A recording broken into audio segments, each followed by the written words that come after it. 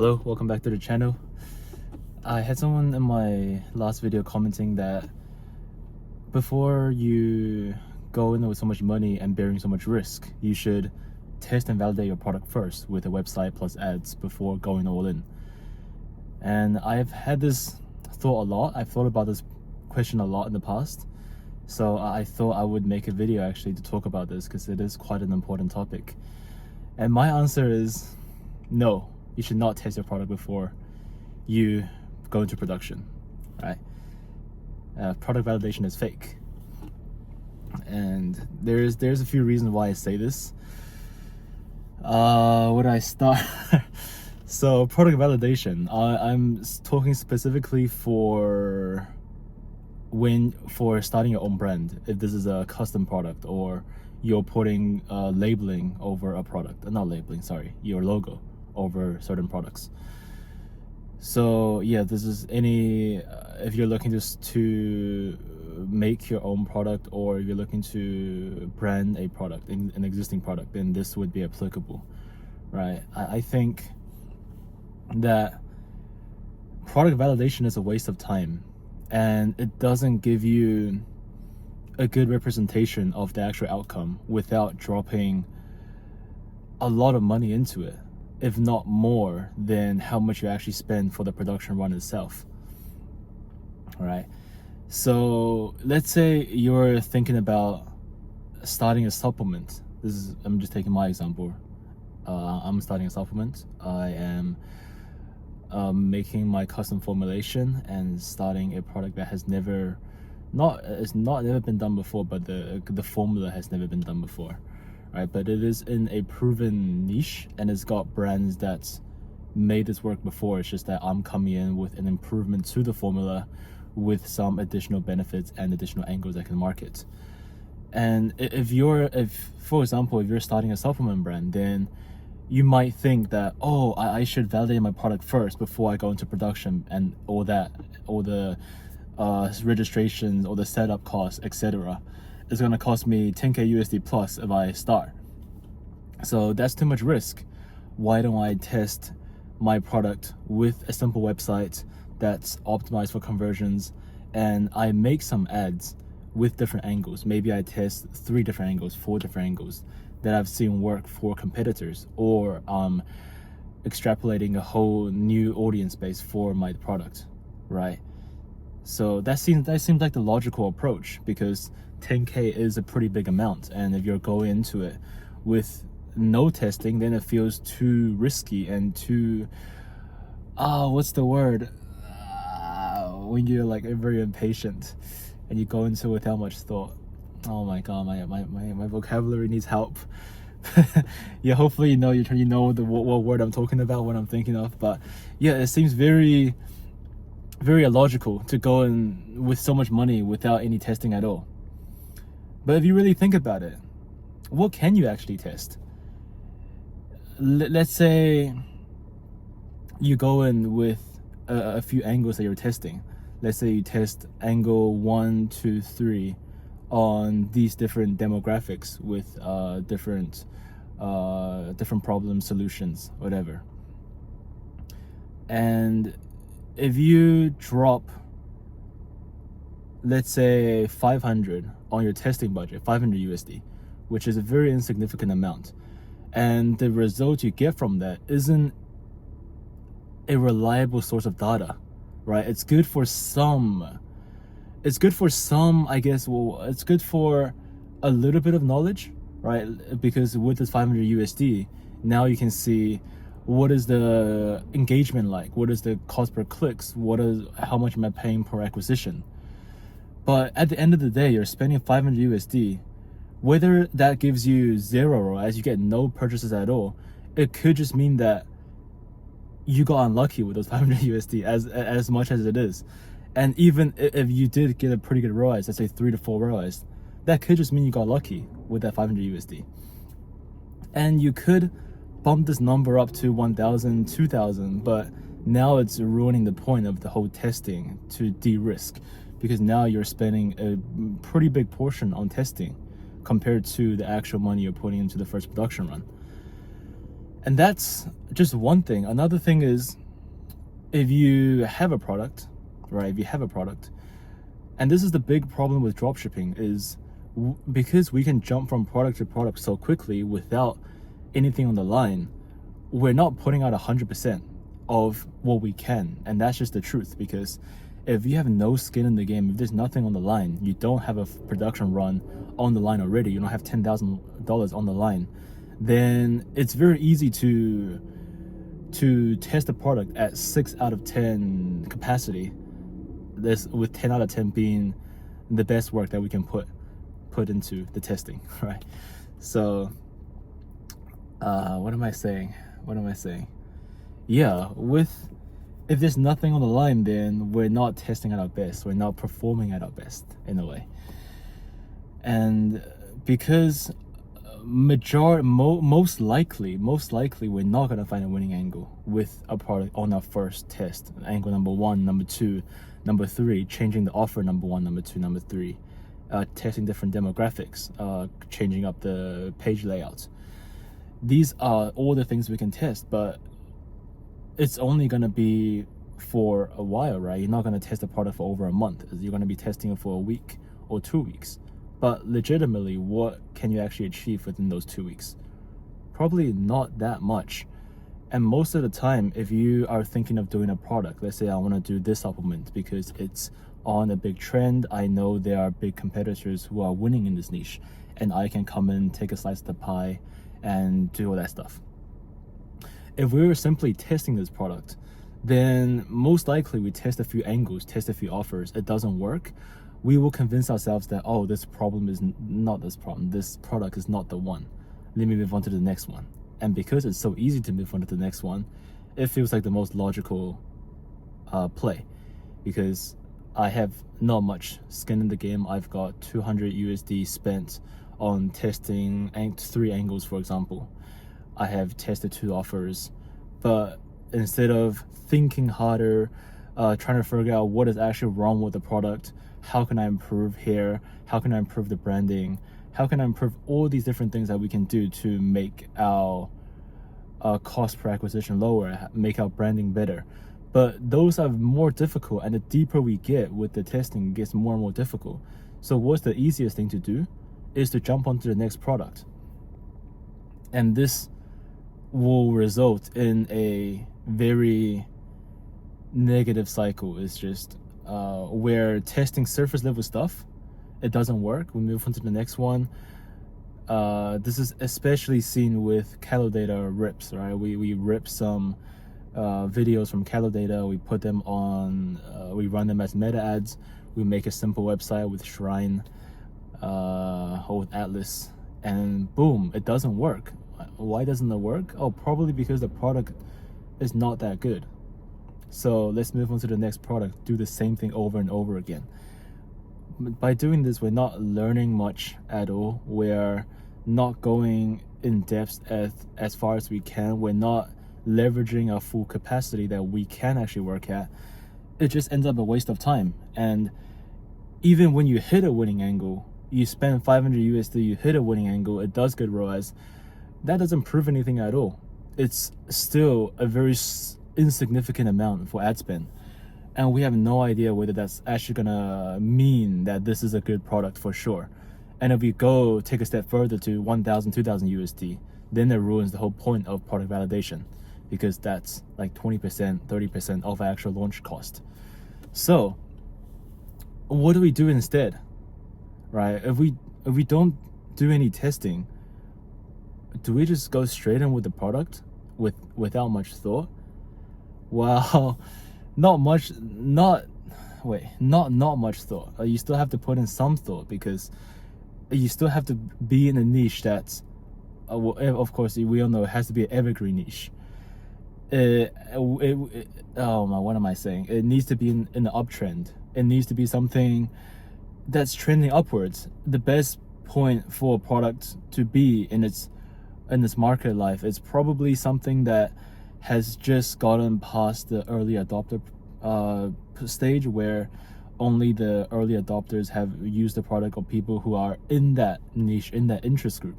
and now it's moved into the public's eye, I guess. And the first stage of that is where we optimally want a product to be, right, just before it blows up. But obviously that is too hard. So as long as it's trending up and it doesn't show any signs of weakness or signs of slowing down anytime soon, then it's all good to go. And if it has competitors in this niche, which most likely it will have, then you're good to go. All right, it's validated. The product is validated. The angles. This is the problem with angles. I feel like at the end of the day, angles don't matter at all. Angles don't matter. But I'll leave this for another video, right? And of course, I am very, very new. I'm still very, very new in the e-com space. So don't take what I say as the truth. I'm still learning this. I could be coming back into this 3 months later where I have lost all my money doing exactly what I'm preaching right now. So yeah, don't listen.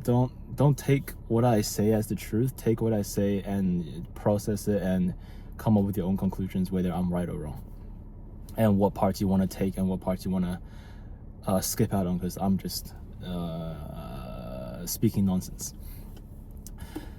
Back to what was I saying? I forgot. I was saying that with choosing a product. So a good niche, evergreen niche, is trending upwards, and if it meets those two criteria, it will. Oh, we just warned at me. It will have competitors, right? And that just means the product itself is validated.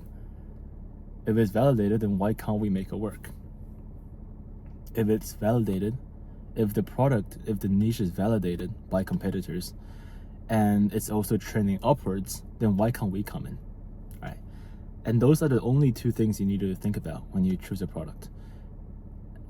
Two main things, and other things are the two A tier. The two before is S tier. Now the two A tiers to consider is margins. Actually, probably margins is the S tier as well. Margins is the most important. You need to have a product with at least 3x. This is including unit cost plus shipping. Preferably 5 to 6x. If no, that's unreasonable. There's no way. Probably 4.5x optimally.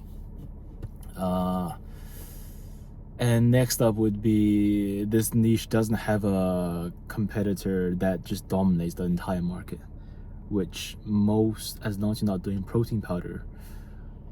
Honestly, even with protein powder and collagen, those things, it's fine. Even if you're doing something that's super basic like creatine, then you can still make it work as long as you have a cool flavor. You add something that's not just creatine. Now it's creatine plus something else or two other things. You can make anything work. Oh, it's honking at me. You can make anything work. And that's because the reason you can make anything work right now is because we have organic marketing, which is really overpowered, especially with TikTok Shop. I guess I won't talk about it too much, but TikTok Shop is just too OP right now. I feel like we're at a time right now that as long as you have a product with good margins, great. The better the margin, the better, because now you can offer creators more commissions.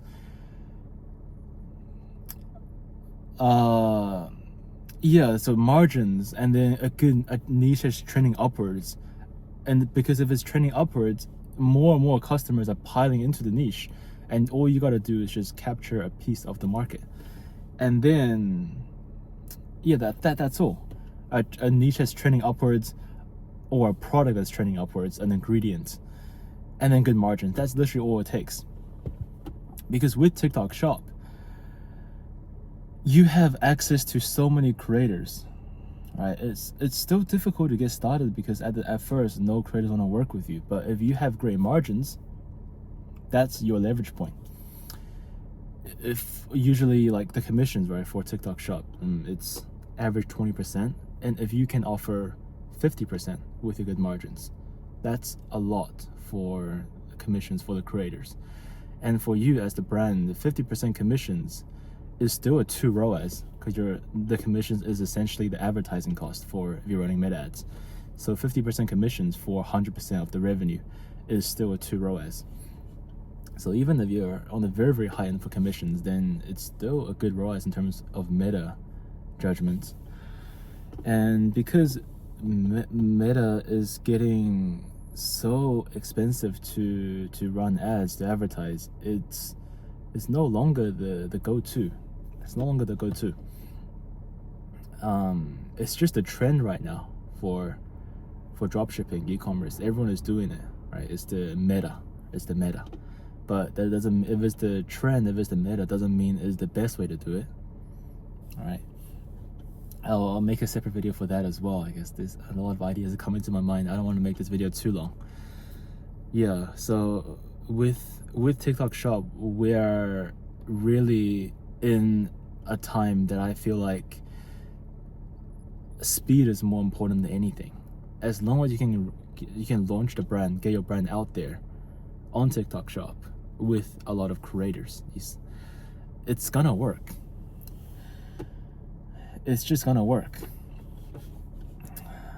And where's my confidence coming from? I honestly don't know, but it is gonna work, right? I've seen this happen with way too many brands, and yeah, if you're not leveraging TikTok Shop right now, it's a very heavily missed opportunity. And with the testing thing again, the validation, I think I got a little bit off topic. But if you were to launch your brand first, you have good margins, okay? You have good margins, you have a good product with a good USP that shows your product is better than competitor products. It's only a matter of time where you find a good angle, right? I honestly think so. It's only a matter of time. Because with angles, the problem with angles is there are so many things you can tap into. You can't test everything when you validate a product. And if you have a product with a good niche that's trending upwards, and there are people buying products that are similar, and you know that your product is better because it includes a higher dose in certain ingredients, or you have new ingredients that synergize very, very well, it's only a matter of finding the right wording, the right targeting in order to make this work. It's not that it won't work. You know it will work. This is different if you're finding a product in a niche that's not trending upwards, and in a niche that's not that well known, with no competitors. Then that's a different story, because you don't know if it will work. But if you are in a trend that's going upwards, and there are competitors making this product work, then there's no reason that you can't make it work, right? There are a lot of elements, obviously, like branding, wording, website, or so many different things that you can tweak and play around with. But that's where you learn, right? That's where you learn how to actually improve, how to actually make a brand. And it's straight up not the product's fault. The product has nothing to do with this. It's 100% marketing. Because once again, you've chosen something that's got good margins and a trend going upwards with competitors. That's pulling a lot of customers. So I think product validation does not exist. I think there is absolutely no need to validate a product, as long as it meets the requirements that I constantly reiterated. Yeah, I just think it's unreasonable to test a product unless your launch cost is like 50,000 plus. Now you're spending 5,000 to test. Then I think it's reasonable. If you have a budget of 5,000 plus, then yeah, because if you're spending 50,000, then you probably want to test. So if you have the money to launch a product, I would say 15K USD plus, then there's no point testing. If you have some knowledge if you have done a bit of dropshipping, a bit of e-commerce, you have an eye for products that will work, kind of will work, isn't a good niche, then there really is no point testing. Yeah. If you testing, you just end up wasting your time. In the worst case, you waste your time and your money, because now you test products back to back to back to back. It just doesn't work. Oh, why doesn't it work? Oh, why doesn't it work? And you find a product that works, that gets a good ROAS on your day 2 of testing. You get a 4 ROAS. You're like, oh shit, I got a 4 ROAS on my second day of testing, but this must be lit. But you could have just gotten lucky, quite frankly. And then you actually launch the product, run the ads again, like, oh, why doesn't it work now? It must be the product. It's not the product. It's not the product. It is not the product. It's the marketing and the branding. And the vehicle. The vehicle is very, very important. Meta ads is not really the play. It's not really the play.